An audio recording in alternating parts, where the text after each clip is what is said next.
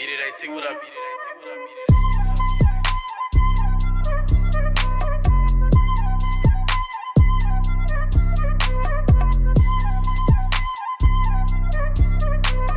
It What is going on, my guys, or my brodies? I know it's been a while, and I know you guys haven't seen me a whole bunch.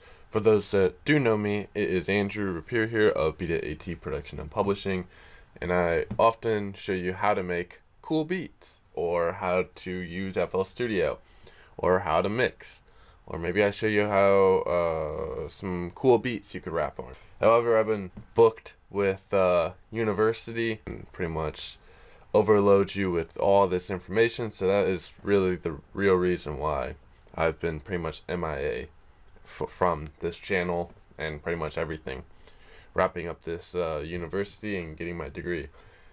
Anyways, we might as well get started, because in this video I'm going to be showing you guys how to make a Gunna type beat.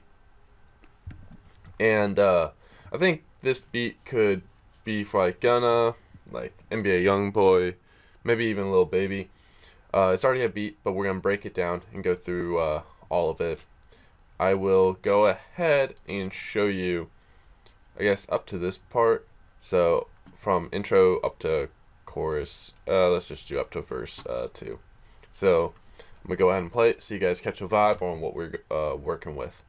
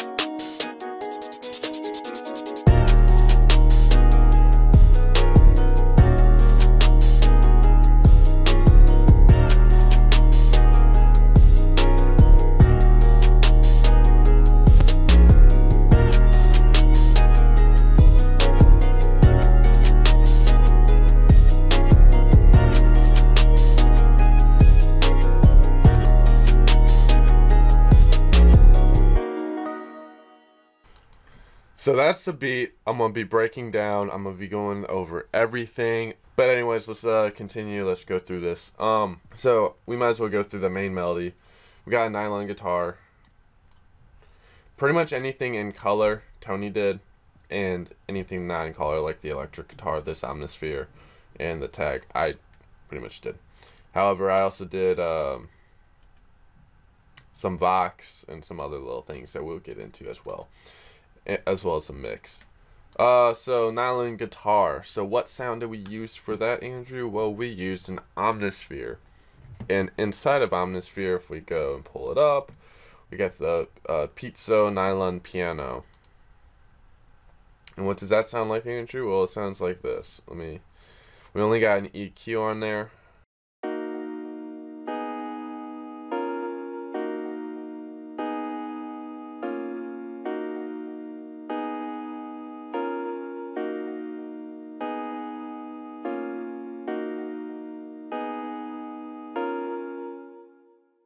And it looks like we are in the key of D sharp minor. So if you guys want to follow along, put your beat in D sharp minor. these are the chords that we had for that. Pick a nylon guitar. And then on top of that, there's another melody. This ARP. Well, that's what Tony labeled it as. Let's pull it up. It's a pizzo piano. What's the difference? Oh, this one's an ARP. So this one, it's named as an ARP. Anyways, it's the same sound as the nylon guitar one, but this one has the ARP function triggered. So, and it also has a little bit mixing stuff, so it stands out a little bit more. Actually, it has a gross beat. So if we turn off that gross beat,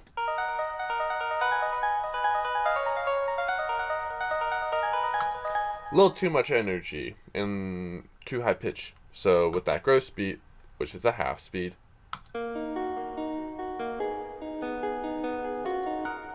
so now when you combine the two, you're gonna get kind of like a thick sound.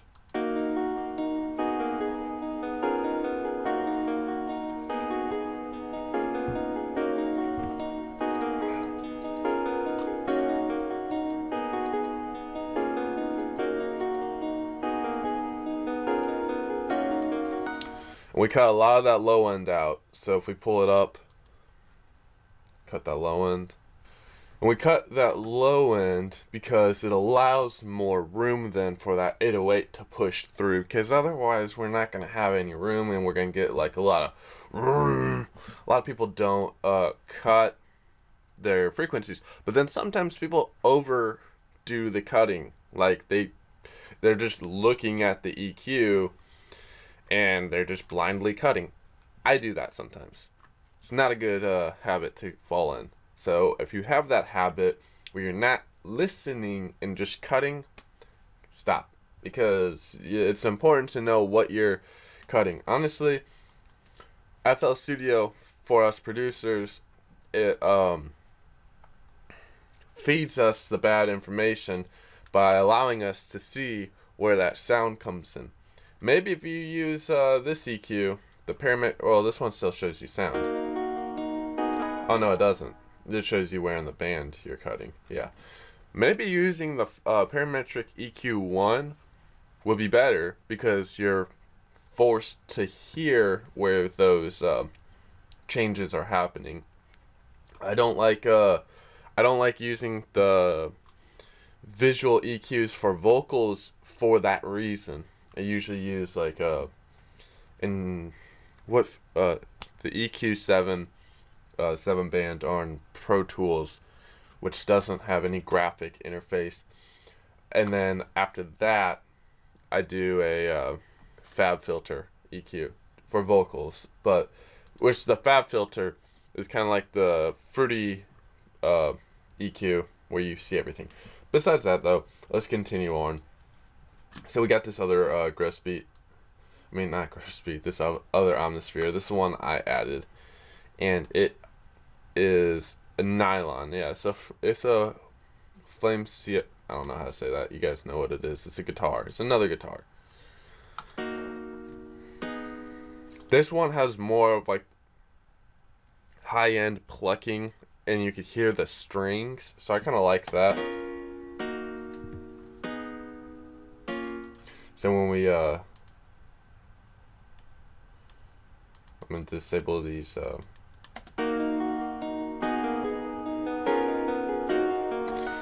kind of comes out a little bit more. And then on top of that, Tony added these fairy bells, another Omnisphere VST, so fairy tale bells, just some bells.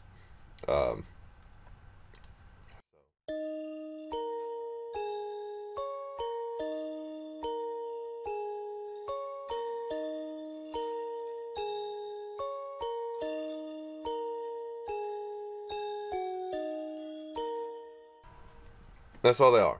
So there's some bells with that.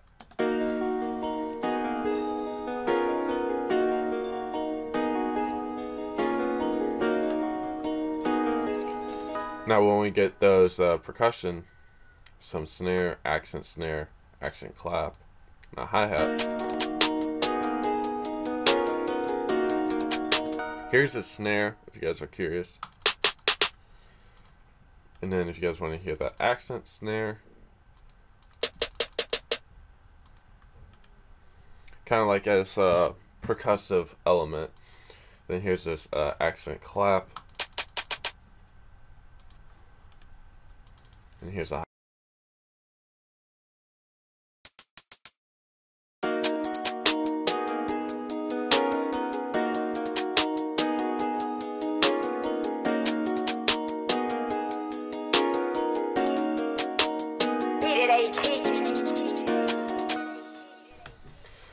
Then there was this Mira sound from one of the Mira packs. I did some changes to it, added like a gate, added and that's this right here.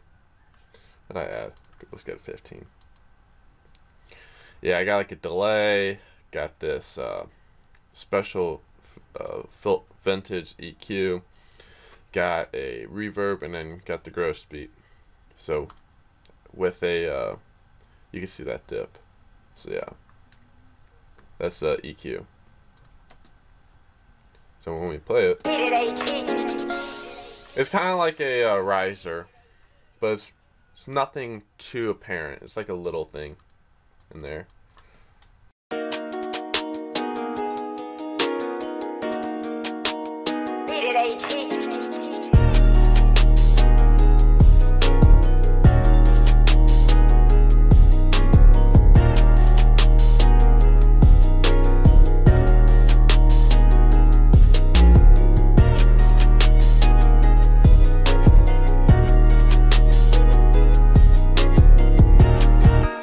So I added this electric guitar. If I pull it up for you guys, this is what it sounds like. It's Vibe-Gains Amped. It's part of Keyscape.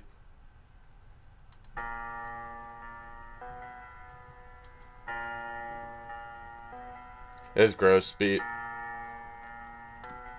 with a little bit of Kramer tape.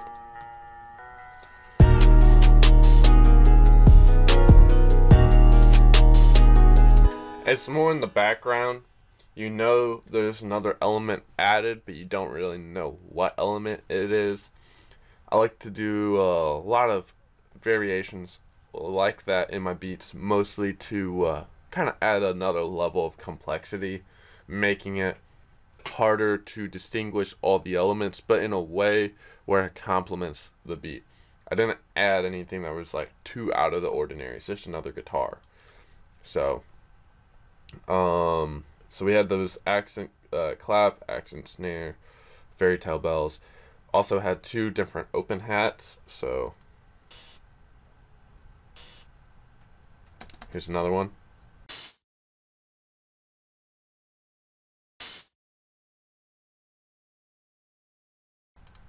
Added the kicks.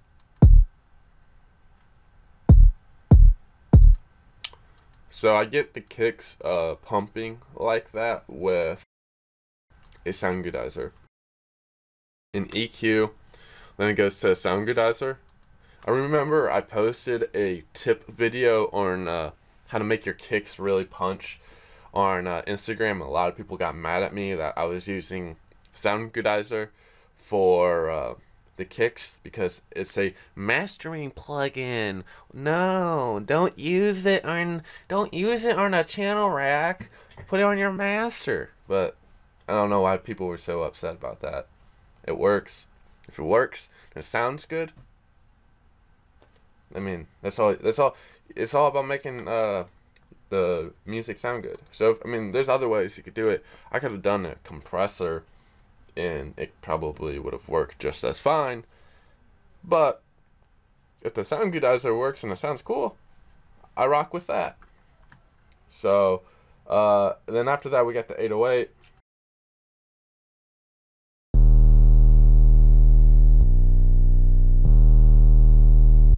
Got the got an EQ, got Camel Crusher. I added Camel Crusher for that extra bit of saturation with the distortion, because otherwise it was just too plain. Let me show you. But with it,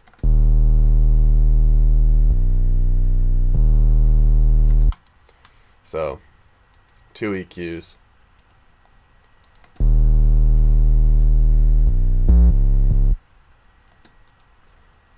So then I go to Vox. It's just that typical Kanye West ba sound, but pitched up on the right key. So now, then I also have like a sweep down effect that you guys will hear. So it's all these elements combined, a lot of these little small things, kind of add it all up.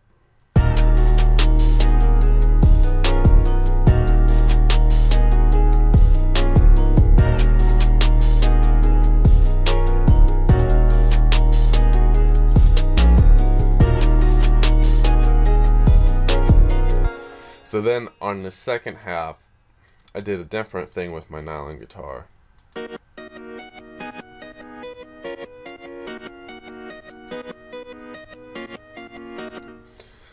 I did some Effectrix stuff. Had a reverse thing that was going.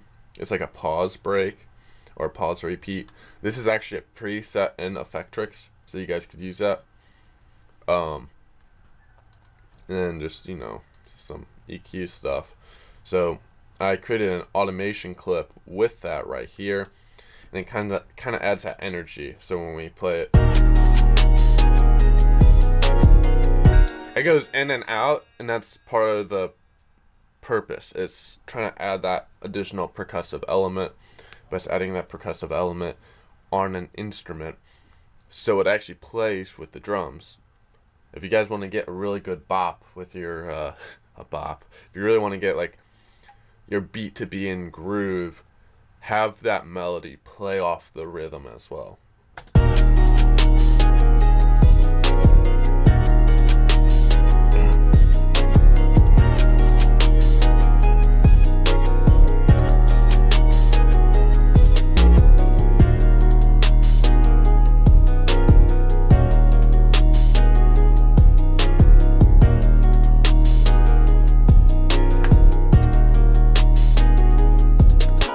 Now, we pretty much covered all the different elements, so there's nothing new we're per se covering. Let me show you that melody though right here. I don't mean to sidetrack and go back and go forward, pause, but in here, all I did to get these upper notes, like all these, let me show you. I'm just Control X. I'm selecting everything, Control A, Control C, or Control V, Alt A. I don't know which setting it was, but essentially I created an arpeggiator. Alright.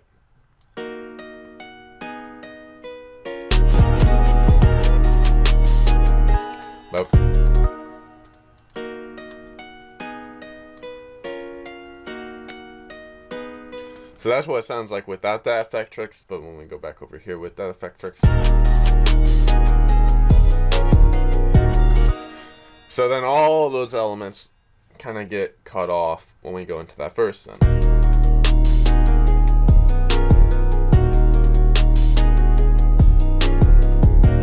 The verse is 12 bars, so, you know, 4, 8, 12, which is typical. 12 or 16. Never more than that, usually.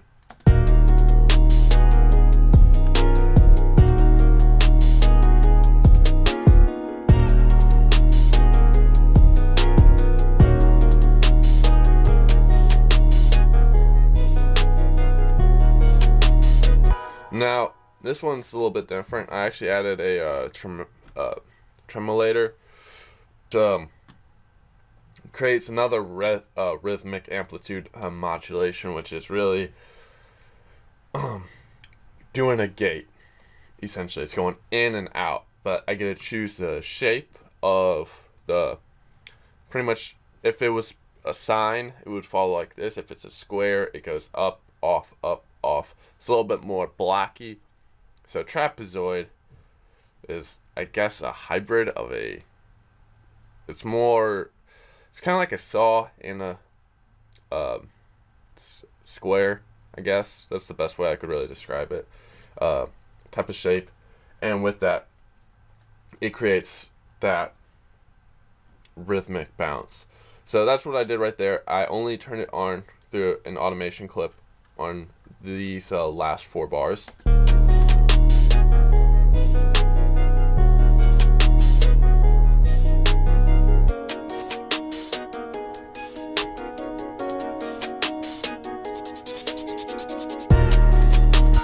It's really just a breakaway. So when it comes back into that chorus, it hits hard. That's what I like to do. I like to either make the first 4 bars or the last 4 bars really bare bones, or like take out more elements, so when that chorus comes in, or if the chorus comes out, it's the effect of it is amplified because you noticed that those elements are gone. So yeah, then we come back into chorus 2, and everything else is pretty much a copy and paste after that. Over here is just the outro, nothing really special. So yeah.